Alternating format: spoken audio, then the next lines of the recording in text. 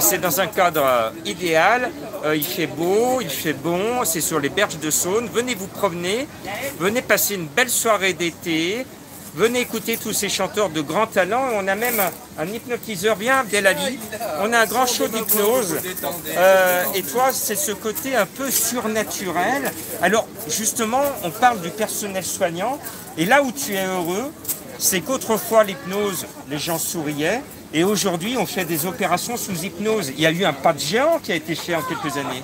Oui, alors un pas de géant, alors, depuis le 18e siècle. Contemporain, oui, voilà. Effectivement, parce qu'on est en train de changer de mentalité, de se rendre compte en fait que l'humain a des ressources inouïes. Et chacun d'entre nous a vraiment les capacités de pouvoir gérer son stress, ses émotions et la douleur. Donc qu'est-ce qu'on fait quand on fait une opération sous hypnose? En fait, on fait appel à notre partie créative dans laquelle on va créer un monde parallèle, un lieu dans lequel on est vraiment bien, dans lequel on va détourner l'attention. Voilà, on va détourner l'attention pour que la personne ne soit pas focalisée sur le membre qui dysfonctionne. Alors tu parlais d'histoire de celui qui endormait. Alors il faut savoir qu'on est lyonnais. Il y avait un certain Laurent Mourguet qui était un arracheur de dents, qui est le créateur de Guignol. Et justement, il avait trouvé la technique pour faire passer la douleur de faire un théâtre de marionnettes. Et pendant que les gens étaient amusés, paf, il arrachait la dent. C'est ça l'hypnose. Eh ben, c'est exactement ça, dans le sens où, c'est en tout cas l'idée dans la stratégie de détourner l'attention. En fait, la définition de l'hypnose, c'est un état de conscience modifié. Conscience modifiée, ça veut dire quoi? Ça veut dire qu'au lieu d'avoir ma conscience là où elle est habituellement, sur le moment présent, je vais la transporter légèrement ailleurs. Donc tu vois, dès que je vais commencer à rêvasser un peu, dès que je vais travailler un peu comme l'élève qui est au fond de la classe en train de penser à autre chose, ben, en fait c'est un état hypnotique. Quand on conduit, puis on se rend compte qu'on a parcouru des kilomètres sans jamais se rendre compte de la distance. Quand on prend un ascenseur, en fait c'est des états qui nous permettent simplement d'avoir la conscience légèrement ailleurs. Et ça, vous ne pouvez pas savoir à quel point ça permet de prendre du recul, ça permet de prendre contact avec son imagination. Et là, vraiment, la clé, elle est dans l'imagination et la créativité.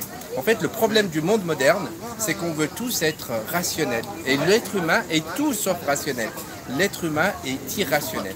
Et donc, l'hypnose permet justement de travailler cette imagination. Justement, on va créer une ambiance un peu surnaturelle ce soir. Alors là, tu vas passer à l'hypnose spectacle. Tu vas nous changer d'identité. Je vais devenir l'extraterrestre. Oui, je vais plus savoir parler français. Et c'est scotchant. Alors, et bravo à toi. Hein. Oui, écoute, merci. Mais effectivement, l'avantage du spectacle, je sais que beaucoup de gens ont des appréhensions, des peurs. Alors la meilleure façon d'enlever une peur, c'est de vivre l'expérience. Il faut savoir que l'hypnose est un état naturel. Donc la pire des choses qui puissent vous arriver, c'est d'être bien. Voilà, dites-vous ça, d'accord? Ensuite, l'hypnose permet simplement d'avoir accès à votre imagination et d'une façon très rapide dans le mode.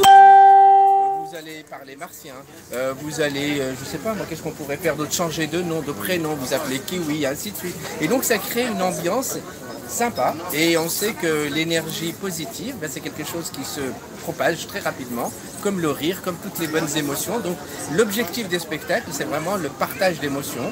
Et ensuite, c'est aussi pour moi un élément déclencheur pour se remettre en cause et se dire, tiens, si j'étais capable de vivre ça très rapidement en spectacle, comment pourrais-je le faire pour l'exploiter dans ma vie de tous les jours? Et je vous assure, tout ce qui est traitement de phobie, de traumatisme, tout ce qui peut paraître hyper compliqué a priori, d'un claquement de doigts se modifie. Donc bienvenue ce soir, vous allez vivre une expérience, comme je le dis souvent, au-delà du réel, et vous allez être surpris parce que vous ne vous connaissez pas autant que vous le pensez. Voilà. Voilà, on a donc le pouvoir de vous faire venir au Tohu-Bohu, 63 chemin des Launes à Roche-Taillée-sur-Saône, sur les berges de Saône, au nord de Lyon.